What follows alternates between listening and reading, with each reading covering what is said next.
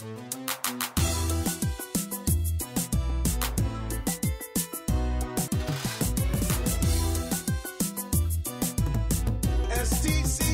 received a BA from Colby College and an MA from Tufts University, and completed her Master's in Fine Art from Pioneer Manor College. She's the author of a number of books of poetry, and in 2014, Maria Luisa was named the inaugural Poet Laureate for Springfield, Massachusetts. She has a number of accolades that she's received in the work that she does in, around culture and belonging, and her phenomenal poetry and art. We're very, very excited for her to engage with you. Today we have two fantastic moderators as well. Both of them are members of the USTIC Anti-Racism and Inclusion Alliance. We have Yasotha Sriharan. Yasotha received a BA in English and Philosophy from Mount Holyoke College, and her MFA in Poetry from the University of Massachusetts Amherst. She was born in Sri Lanka, and she grew up in Papua New Guinea and England before immigrating to the United States. She teaches full-time here in our English and Communication, our English and Humanities department. And she also has taught at Hampshire College, as well as a number of other colleges in the area. I also have joining us Dr. Raja Staggers. She's an associate professor of social and behavioral sciences here at SDCC.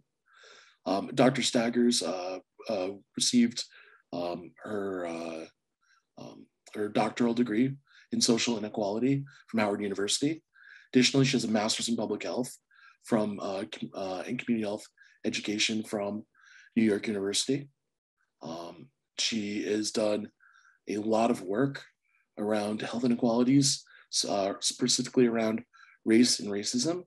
She's also tackled topics in class, gender, and really has an interest in protecting the health of African Americans. So without further ado, I'll present to you our speaker and our fantastic panelists, and I will mute my video so we can look at those who truly matter at this moment. Thank you and enjoy today. Thank you. Buenos dias y muchísimas gracias for the gift of everyone's time today.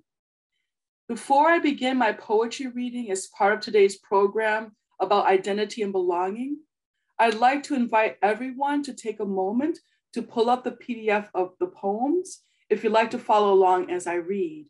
It's being shared right now in the chat. The PDF includes my translations of non-English phrases into English. If, however, you simply wish to listen to the music in my poems, please do so.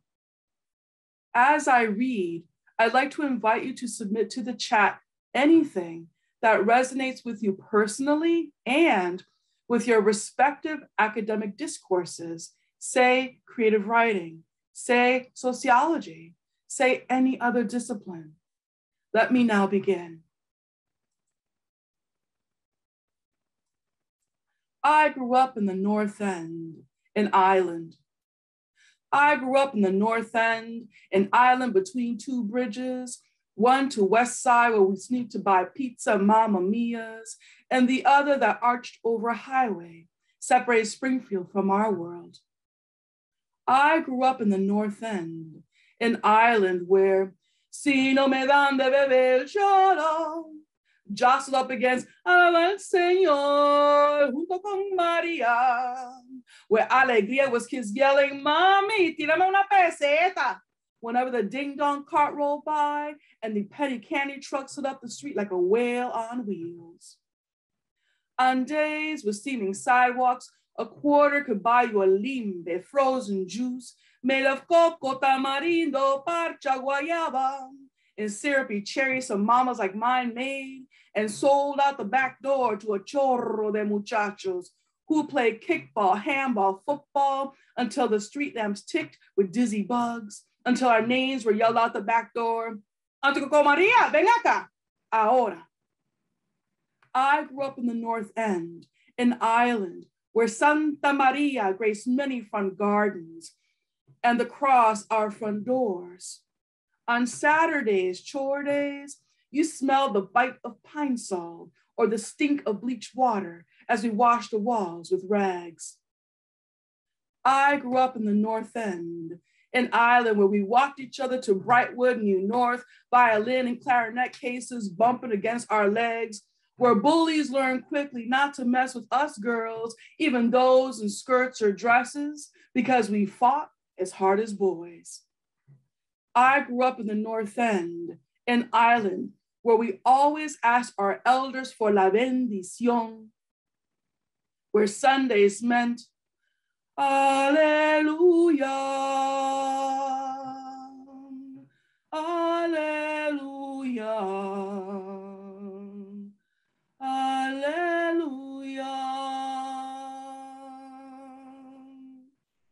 Where backyards crowded with chairs and icy coolers that bobs with can of soda and beer as we darted among papis outside playing Mataron Elena en vez de luz de monte y mar. And mommy's inside and the train of paper plates of arroz con gandules y pernil that made our mouths water.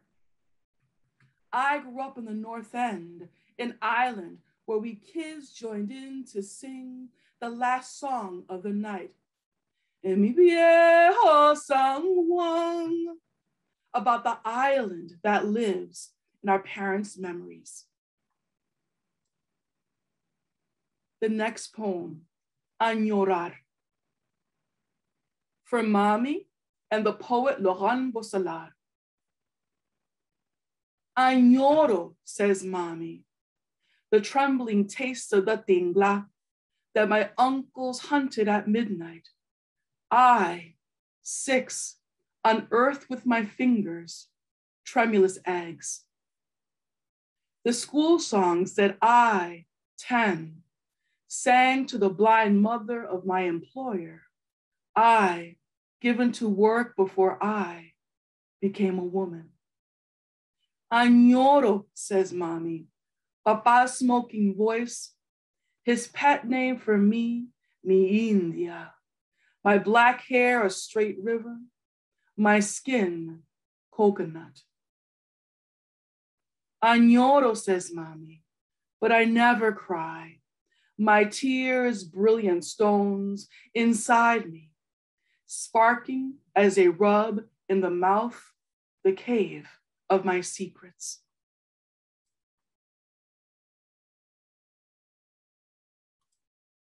Tongues, dedicated to the poet Adrienne Rich's approach to writing ghazals in the 1950s. Whenever I write in my journal, I am whole. I don't have to choose between my 4 tongues. In which language do I dream? It depends. Am I teaching or making love?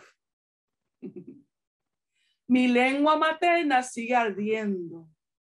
My mother tongue still sings, stings, burns. Condescension smells the same among monolinguals and island Ricans who compliment my accent.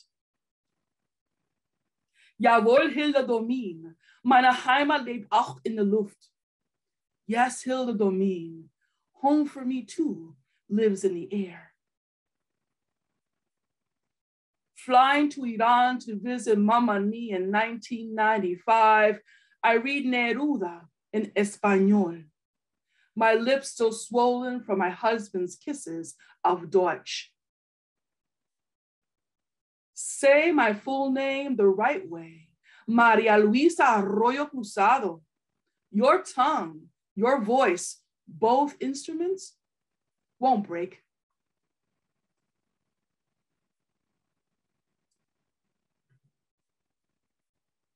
Secret flight to Iran, 1995.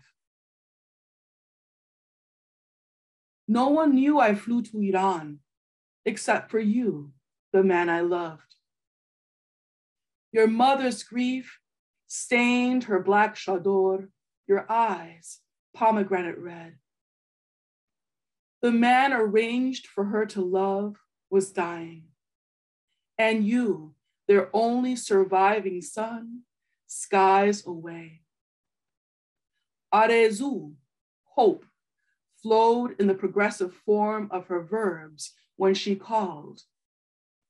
3 flights later, you crashed into the lie. They were holding the burial. For you, your father's heart attack, fatal. You tore at your beard, pummeled red the concrete walls of your childhood home, ran into the street, pro-American chants instead of death wails on your lips. The police imprisoned you for weeks. No word to your mother. You told me all this when you returned to my arms in the States. To staunch your wounds, I agreed to spend time with your mother. No one knew I flew to Iran except for you, the man I loved.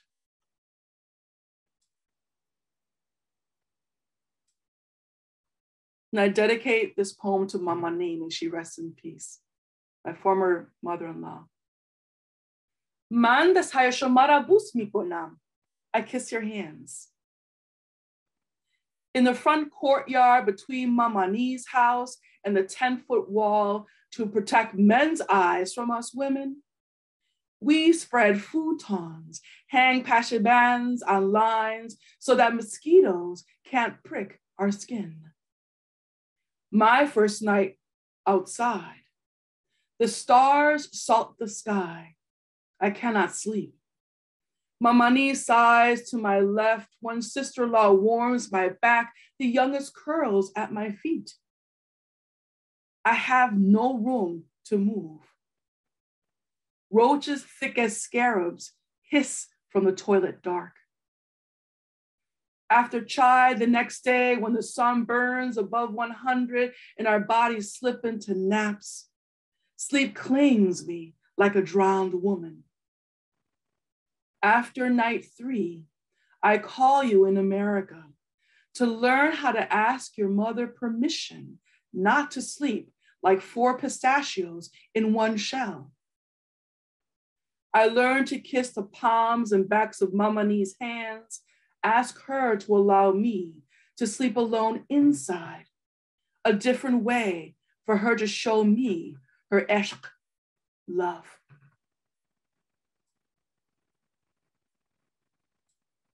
Whose hands? For the poet Diana Garcia, Hammond Castle Museum, Gloucester, Mass. The video praised Hammond's genius, how he built a replica of a medieval castle, his home. Falso, Mommy said.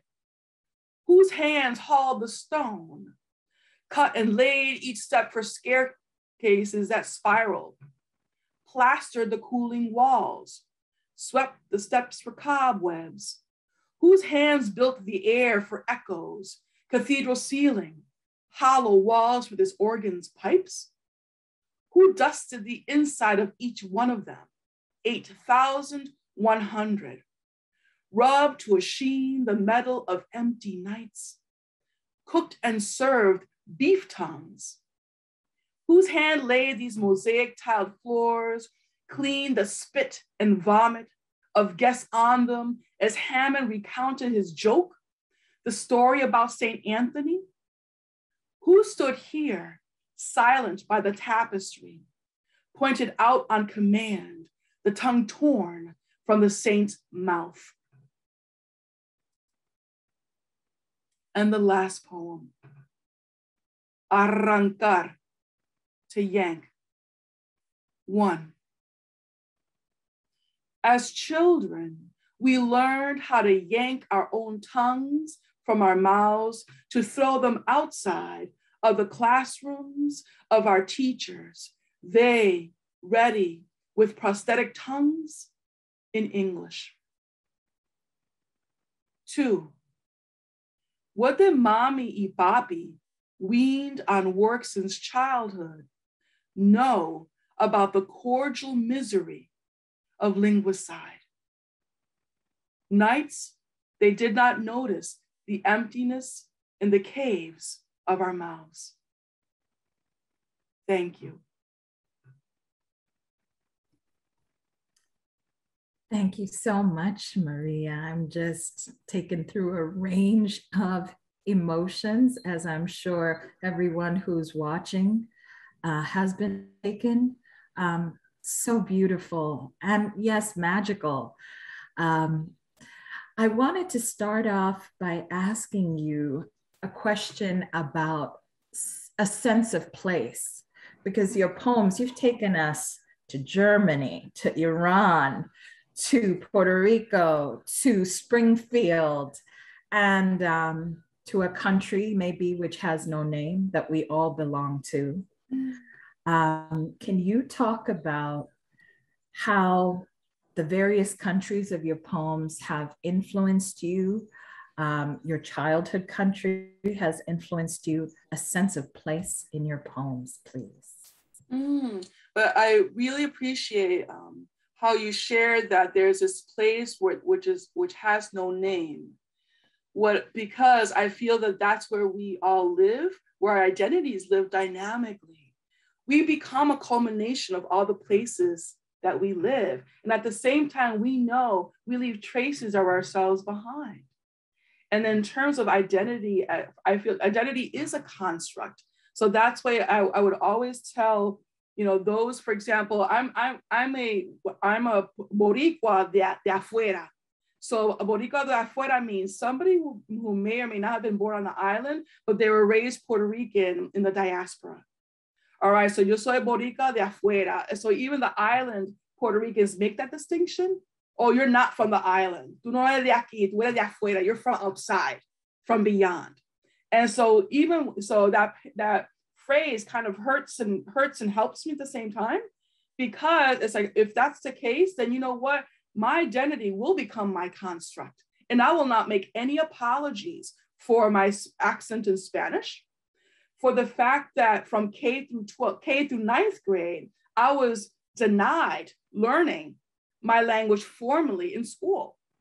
So my Puerto Rican Spanish was built by working class Puerto Ricans at home with many kids, and understanding that I was the one that was serving as a bridge between the Spanish at home and the English at school.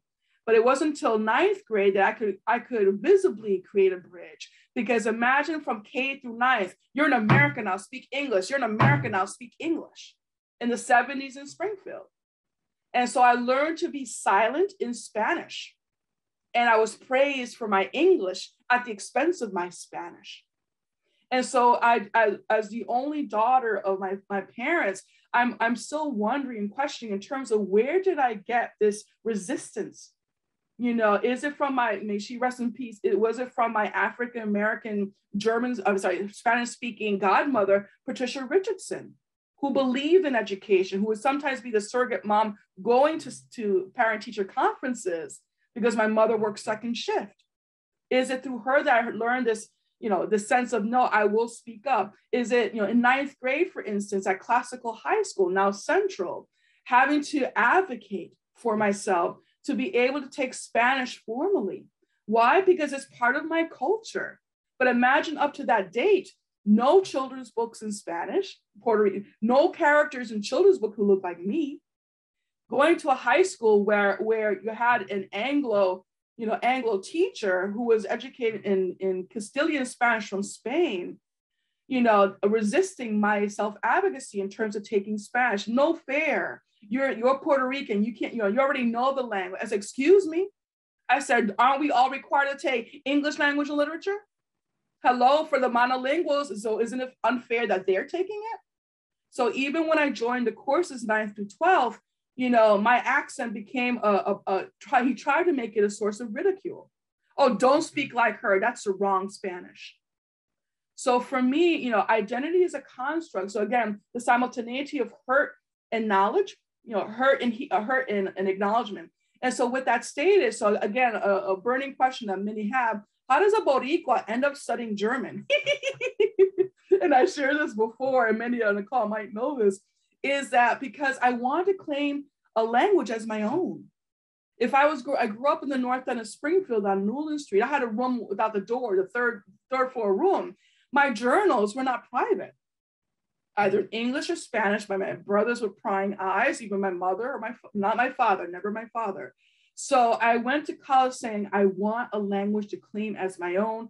You fluent enough that when I write in my journals and they want to thumb through it, they can't understand a word. And back in the day, folks, we had no Google Translate.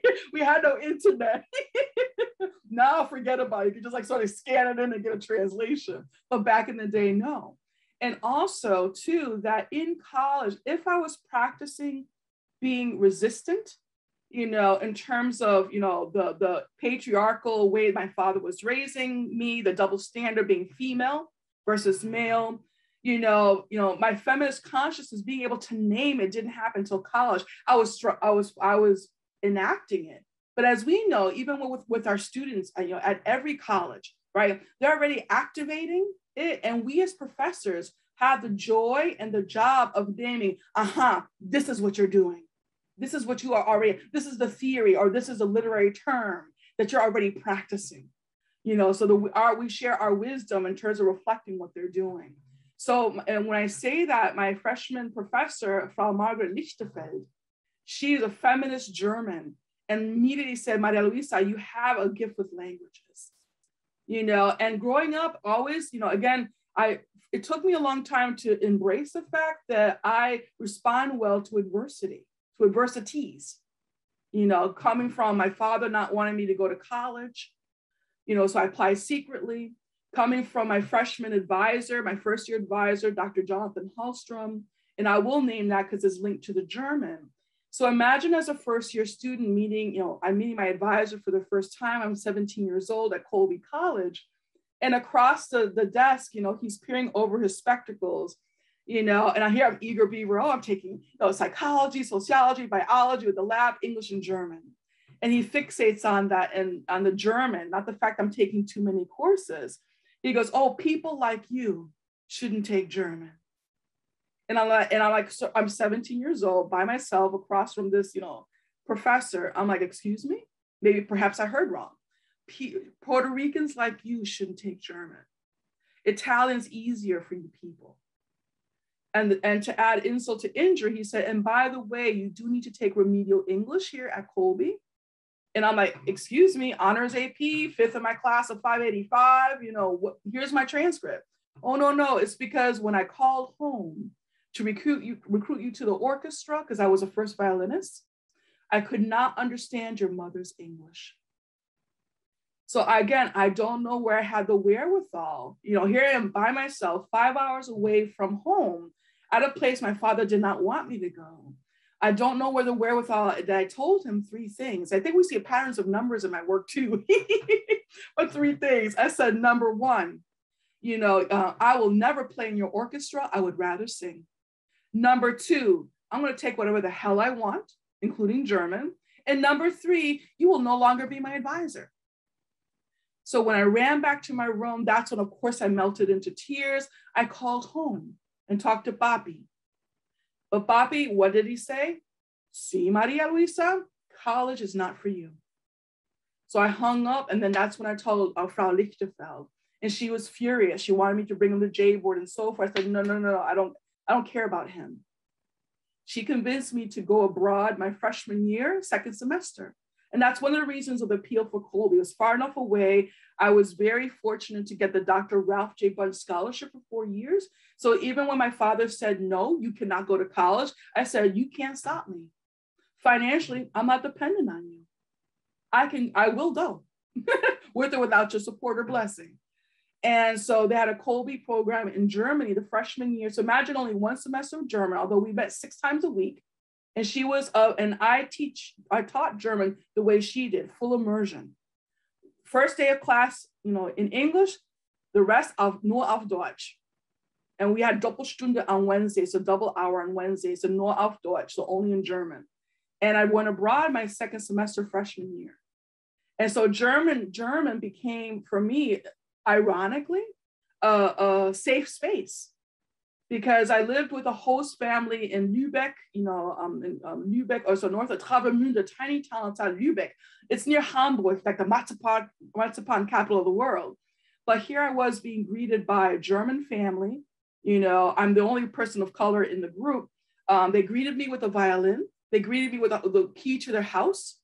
At that age, I was old enough to drink. So when my two little brothers, Torsten and Stefan, were taking a nap, would have aperitifs in the afternoon. But they embraced me and said, "Du bist unsere amerikanische Tochter. You are our American daughter." And I only stayed in German, stayed in that language, because I want to respect the fact I'm a guest in their country. I'm a guest in their home. I'm a guest in their language. So let me own all that and respect. And I'm representing Colby abroad. I fully understood the impact of that, and they made me feel at home. And even my Gastmutti, she was from Sweden. And even she experienced discrimination in Northern Germany for not being German, even though she was blonde and blue-eyed, but they embraced me. So I felt safe at the home. In public was a different story. And to be honest too, I felt that the German style of racism was quite refreshing after the American part, because at home it hurts more when people make racist assumptions. So, and also we know that every college has its own culture. So if that Dr. Hallstrom felt comfortable as a professor to address me in the way, that wasn't unique at Colby at that time. That's why I'm not an active alumna of the college. All right. Because during that culture as well too, I would have students come up to my face. "You're only here because of affirmative action. What are you? And you must be Black. And if I tell them I'm Puerto Rican, then if you're Puerto Rican, you must be from New York, you must have roaches, and you must be carrying a knife." So for me, it's like, where the heck is all this coming from? But again, may she rest in peace, Pat Richardson, what my parents did bring me up, but they stayed outside. Papi was in his guayabera, my mom was behind Dad, and Pat, my godmother, was the only one who went into my room. And she said, "Just because you're the only chocolate chip in the cookie dough, don't mean you don't belong here. Don't mess up the scholarship. You're not here to make friends, you're here to get an education." I said, "Yes, ma'am." Anyway, so language for me became, just as Professor Sriharan said, is that space. And I still hold it up here because it's like the space that's in the air, that's dynamic, that's situational. But it still speaks to my core, because I don't stop being Maria Luisa. I just know how to protect my core better and to communicate in different modalities. We speak with a purpose, and so to refute claims, for instance, when I came home and I was one of the few from my neighborhood in North End to go to college, "Oh, Maria, you're speaking white." And I said, "Excuse me, what does that mean? That's a stereotype." I said, "I can code switch between talking to you the home language and speaking with a purpose in an academic setting.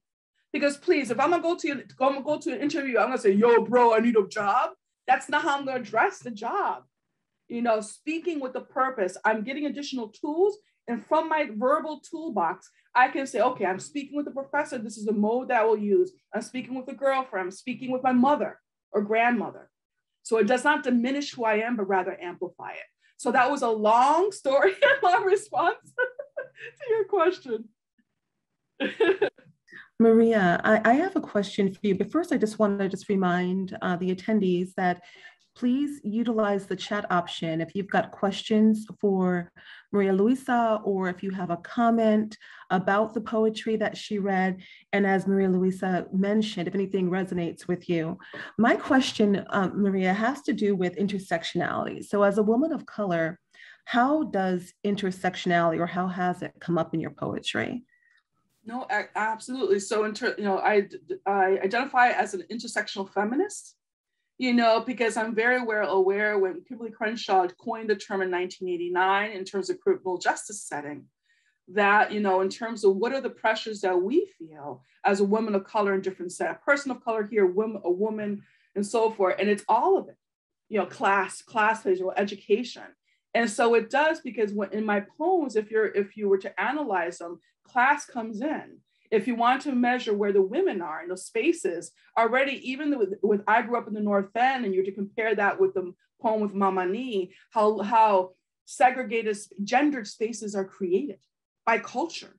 So there's some startling, similarities between the Puerto Rican culture and the Iranian one in terms of the men have this space and the women have this. you know, and then do we serve as who are the bridge makers, or who can float in between? Children can, but in terms of the other gender roles, no, not so much. And in terms of intersectionality, the class, you know, class, and also the power of naming. You know, I come from, as a Boricua, I understand with my parents' generation, is that it's a very oral culture. You know, so in terms of the stories that are shared, the creation myths that are shared about my becoming, you know, into this world and so forth, it's oral. So it's my responsibility. So talking about privilege within my own culture, my privilege is, as a poet, let me name these processes. And if my vehicle is poetry, so be it. You know, but I need to name it, because here we are. Because imagine, but the first time I ever encountered a Puerto Rican poet was in my own independent research in college.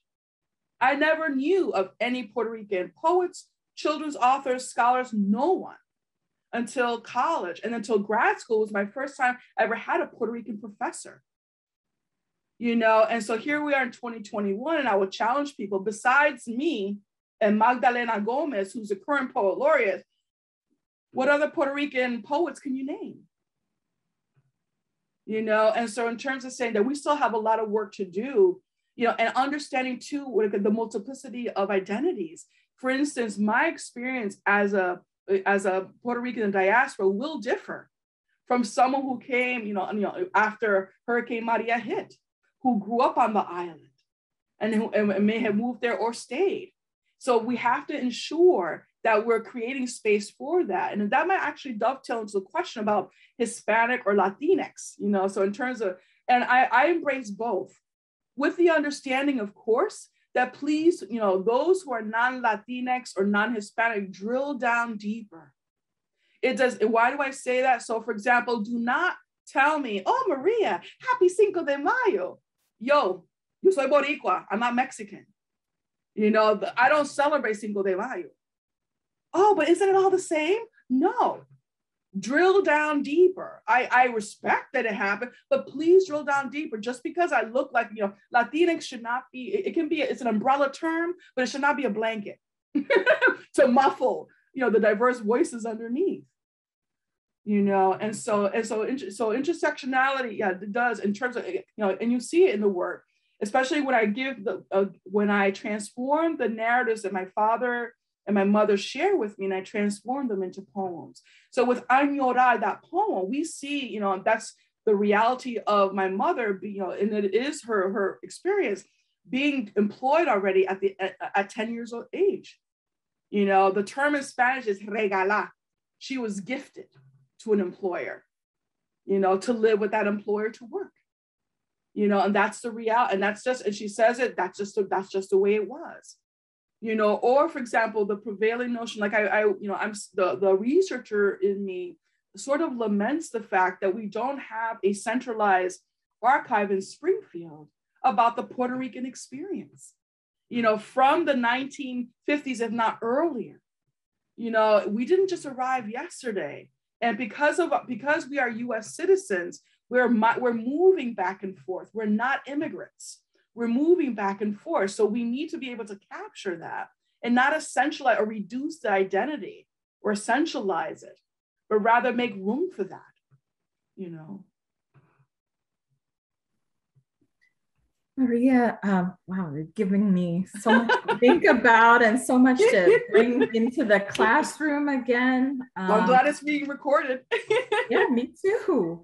Something that struck me in your poems, you know, as much as intersectionality is really revolutionary in your poems and in poetry in general, I also think that the common objects that you write about, like coolers, soda, just the laundromat, just these regular places or objects take on kind of a mystical bent in the following way. Through our own memory and our own hearts, things that may not matter to the world become precious, right? Like, you know, my mother had this aluminum pot she used to cook rice in when I was about 5 years old in Sri Lanka. And that aluminum pot means nothing to the world, but it means everything to me. So too, our students who are watching, I'm sure, have these precious objects that may not mean anything to the world of politics or to the world of to history, but it means something to their personal history. I was wondering whether you could talk a little bit about these common objects in your poems and maybe tell us a favorite object of yours. By object, that's a huge term. It could be anything from your childhood, your youth, any time period. No, yeah, well, what carries through are books. So books. So for instance, I was at Brightwood. I was so gleeful and delighted when I was able to receive my first library card, because at home, we didn't have any books. We had one, the Spanish language Bible with the onion thin pages. That was mommy's, but no other books. So quickly I started receiving nicknames from other kids because my backpack would always be full of borrowed books. And I was a voracious reader. I was just reading widely, in from the the Brightwood and then New North. New North had the two libraries, the public library and the school library, but Brightwood too, the library. So I must say books, because everywhere I've moved or everywhere I've gone, I've brought my books with me and they are part of my identity. So every book, and please forgive me for those who are strict, oh, you don't write in books. I write in every book. So I'll put in my name and the date. And then the only section of my home library, I have over 2,000 books in my home library. The only section alphabetized is the poetry section. And in that section, there's some that I've gone through, like for example, my collection, The Book of Light by Lucille Clifton, whom I had the joy of meeting in 1993 at Colby when I was an admissions counselor. She went to Colby. I was like, oh my gosh, fangirl, oh my gosh, yeah. But I still have that same volume. And I noticed, and what I would do is I return to annotate it. And every time I returned to annotate, it was a different color and also different dates. So when you say book, for me, books, that would be the quintessential things. I could never, and also journals, those are the two things. Books that already have text in them. And again, thanks to my public school teachers at Brightwood, is that they taught me the art of keeping a journal. And so since, fourth grade, I've kept a journal. And they were in various forms. Like our first one was the black and white composition notebooks, and I remember our teacher playing instrumental music in the background. And we would actually have some journal time in class. So I've kept her. So my journal, so anytime I've moved my completed journals and my collection of books, so I could literally just live in one room with just books, books, a bathroom, maybe a hot plate, but my books, because that's where also my memories live. Like you saw, in terms of that, the poem about tongues, for instance, it made reference to Neruda. So I brought, 100 sonetos de amor on the plane over to go fight Iran, and then reading those poems within that cultural space, and feeling them differently as opposed to having read them before in the United States. So understand, I always revisit collections because we know we are never the same selves. We're always transformed. If we're, one writing prompt I would tell students is that imagine who you were 1 year ago. It's like, and just not to what's the advice you get. No, who were you a year ago? We're always evolving, as people, and so the objects around us, they do get imbued with meaning. And that's something that, and that becomes part of who I am. So my collections of books, they become part of who I am, and they're multilingual. Of course, I have books in German, books in Spanish, books in Farsi, but children's books in Farsi and in dictionaries. Yeah, but mostly poetry. Wonderful. Speaking of books, Maria, what writers have influenced you the most? And why? Yeah. So as far as poetry, well, the theoretician or the theater Bell Hooks, absolutely. So she's my role model. I aspire to write as she does because she loves reading as much as she loves writing. But in terms of in 2018, when Tupelo Press, and this is definitely related to Stick, Tupelo Press was having, how they had like 30-day challenge. So they'll invite poets to raise money, for Tupelo Press. So initially I said, I will absolutely do it. And the reason I was going to do it to raise money, $500, was because Tupelo Press published the 2 collections of our esteemed professor, may she rest in peace, Margaret Szymowski. So she was an STCC professor. So Margaret Szymowski, it's like in her honor, I will gladly, be a part of this. So instead of a bio, I said I want to pay homage to Margaret Szymowski. And then what I realized is, wait a second, how am I going to generate 1 poem a day? That's going to be of quality. That's going to be, because what happens with that is it gets published online. I'm like, oh no, I don't want rough drafts. I'd rather put it. So what happened was I looked through my library, I pulled out Margaret's books first, and then I picked out 31 other poets, and all female. Again, I'm intentional. It's like I've already read. When I say I'm a feminist, it's not to exclude men, but the reality is this: I've already read the men. I want to amplify. I want to respect and honor the women. So it's not at the dismissal of men. No, I'll read it. So, but again, as I tell students, read with the grain, read against the grain. Read with the grain. This is the canon that I'm given. Okay, duly noted. I'll read it. And okay, so against the grain. Okay, where are the women? where are the women of color? Oh, so you mean I have to build my list? Duly noted. I'll do it. And so I was intentional. And so, many of the poets here, like Janet Alps, who lives in Northampton, Kathleen Aguero,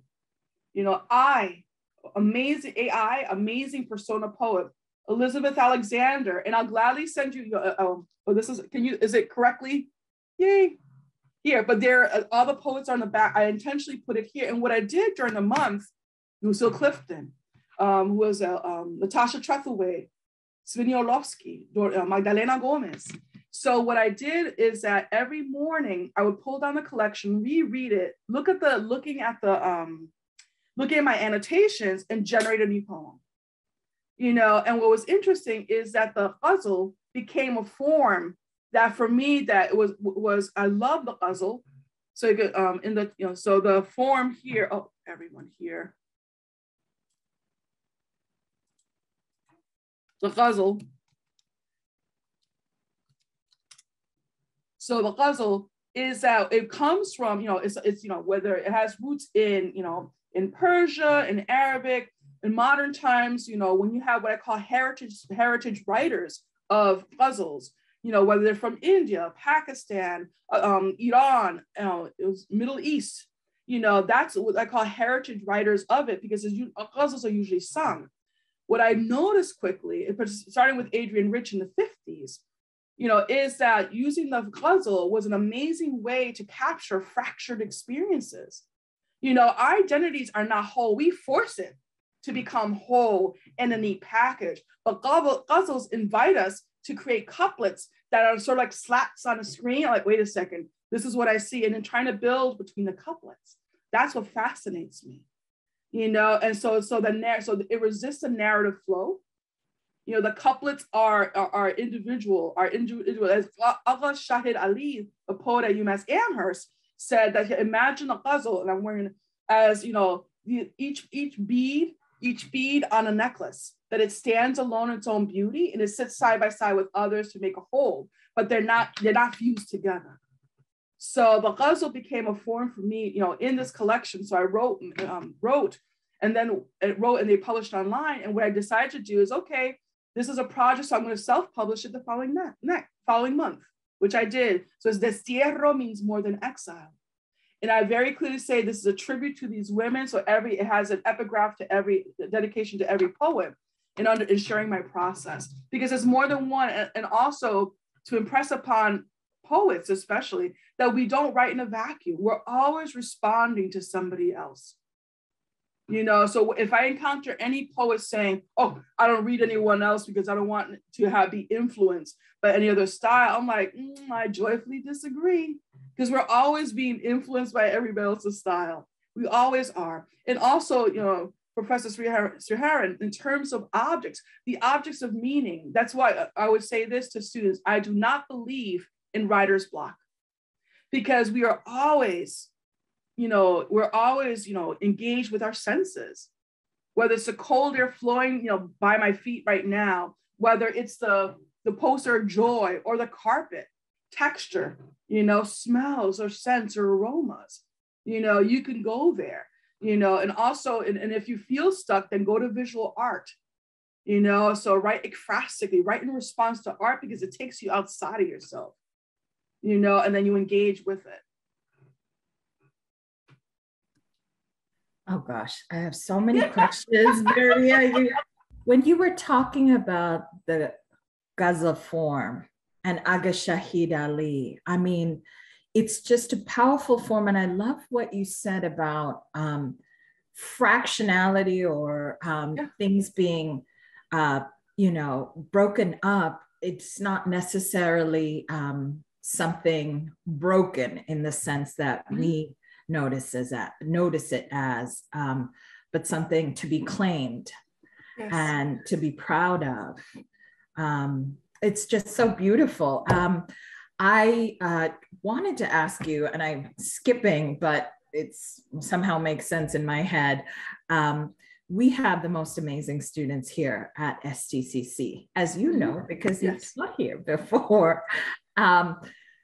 Could you talk a little bit about your life as an educator? And also, can you talk to our students who are aspiring writers? I mean, the kinds of essays that are written for our English classes are just astounding. And talk a little bit about something for aspiring writers.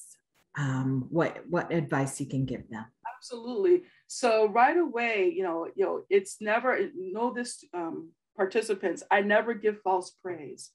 And I say that because, we know, and particularly at STCC, is that students come in with their wisdom, with their life experiences. When you cross that threshold, whether it's physically or virtually, you're coming with your own experiences. You never come in as a blank slate. And so I tell students, the reason why I love teaching so much is because I love learning so much and learning from my students, and so borrowing again, thanks to Bell Hooks, the alchemy of teaching and learning. We know, for instance, that in all our courses, the transactional aspect of it is the syllabus, right? There's a beginning, middle, end. These are the marks you have to hit to be successful in the course. All right, duly noted. We might be teaching one section or saying two sections, but students know this, is that we get so excited about activating that syllabus in your presence, because we never can predict the alchemy of what we will learn from you based on activating the same syllabus that perhaps we've taught for 2 years or for 5 years, or more. And so students, please own, what I tell students, and I say, own your brilliance. So, own your brilliance. The wisdom is already in the room. There is no room for envy, and excellence through collaboration.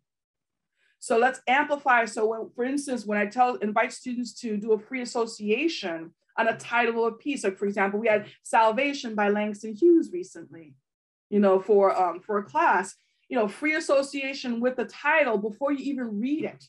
Free association and amplifying it and writing up all these, an array of meanings, read the piece and then come back up to see how it amplifies further. Does it resonate with what you wrote or not? Or how does it amplify it? Understanding, students, is that when you come into any of the courses here, there's no singular interpretation. The experts in the room obviously are the professors, and at the same time, again, where I tell students that yes, what we do is we have the job and the joy to reflect what you are doing, to reflect what you are what you are being taught, which we might be already practicing, but may not know how to name because we're trained in this profession. As for aspiring writers, please know this, you do not need to have a certain amount of credentials to be a writer. If you're drawn to writing, write, all right? And at the same time, read widely. If you get assigned an anthology or curated list of essays or work in your creative writing class, or even in your English comp, read widely. And what I tell, and this is the way I teach teach in my composition courses is I create an assignment, a low stakes creative writing assignment for students. It's either complete or incomplete. We have the reading, so they have to keep reading journals duly noted. But I said, during your academic career, yes, you have to have an academic voice and know how to write an MLA and APA, perhaps Chicago manual style. But we know that. But before we even get to that point, thank you, to that point, let's create space for your creative writing voice, your written signature, and everyone has turns of phrases, and so cultivate that. And also do not hesitate to ask your professors about other opportunities. There's a lot of free opportunities that are out there. And also what I'd like to say too is students is that, join local groups or online, and dedicate yourself to writing, create a daily space to write. And know this, I journal every single day. When my son was little, he goes, "Mom, are you creatively constipated?" He would tell me that. So I write in my journal every day. It does not mean I write a poem every day. The journal is where the raw material. And then we know it has to gestate. All right. And play with form, have a sense of play. I know that I respond really well to writing prompts. I'm a risk taker. I'm like, okay, I don't know what's going to come out. Okay, writing prompt, and then I look at it. Okay, what can I tease out that'll work? Maria, I have to say, every time you say something, I'm like, okay, the questions that I wanted to ask you, I've got others. I just want to make a point here though, too. I love that because, and even being in this space, because I don't write creatively in my mind, right? But I realize, and I constantly am in this battle because I feel like with the creative writing, there's something there that really helps that you're able to kind of get to in a different way than when you're writing for like a sociological journal. So I just appreciate you in terms of even like saying, you don't write poetry all the time when you're writing. There's just so many ways that we're able to write for expression. And I just think that's absolutely, wonderful. For you to say that though too, I think it's inspiring across so many disciplines. I was looking at the chat option and, again, people have been commenting saying that, again, Maria, that you're so moving, that's inspiring. Your poetry and what you're sharing, your stories are inspirational and beautiful. I wanted to ask you, when are you most fully yourself? When are you most fully yourself? In my home office. In my home office. Because that's where, I can speak, I can read in different languages, I can journal, usually at 5 o'clock in the morning. I get up at 5 every morning. That's where I'm most myself, because once I cross the threshold, because at home, the language can be Spanish. I live upstairs from my mom, so I'm most myself there. But the moment I cross into a public space, all of a sudden, again, the intersectionality point comes up. Okay, when I go out, I'm very mindful of, okay, I'm known in the community as a poet, as a professor. How do I look? How am I comporting myself? Whereas, okay, we at home, I can have bedhead pajama hair, but listen, bedhead hair and pajamas and, and write and just, and sing, it's just like, and sing if I feel like I try to sing every day because that centers me as well too. So at home by myself, to be honest, as much of an extrovert that I am, I need my introverted spaces. Well, Maria, I just want to thank you tremendously for sharing yourself and sharing your poetry, your story, your experiences, and how you use poetry, to voice, sense of place, identity, and who you are. Thank you so much. No, it was my joy. Thank you for having me. Thank you so much as well, Maria. Thank you. Thank you. An absolutely amazing time. Thank you all so much for your hard work, dedication, and sharing the experiences that you've had. Maria Luisa, Hisotha Raja, we really owe you a debt for such a wonderful, wonderful talk today in this hour spent. We will be posting the recording for anybody that does want to use with their classes. Additionally, Hisotha and Raja have been working together to create an assignment around Maria's poetry and the topics that she tackles that can be used universally in an English composition course, sociology course, something of that nature. So we welcome you to keep an eye out for that. And again, we want to really thank you for honoring Hispanic Heritage Month and the stories and the experiences that you've shared. Thank you for coming, everyone. We truly appreciate your time as well. You've been great with your participation in the chat. Thanks again. Thank you. Thank you. Special thank you to our students.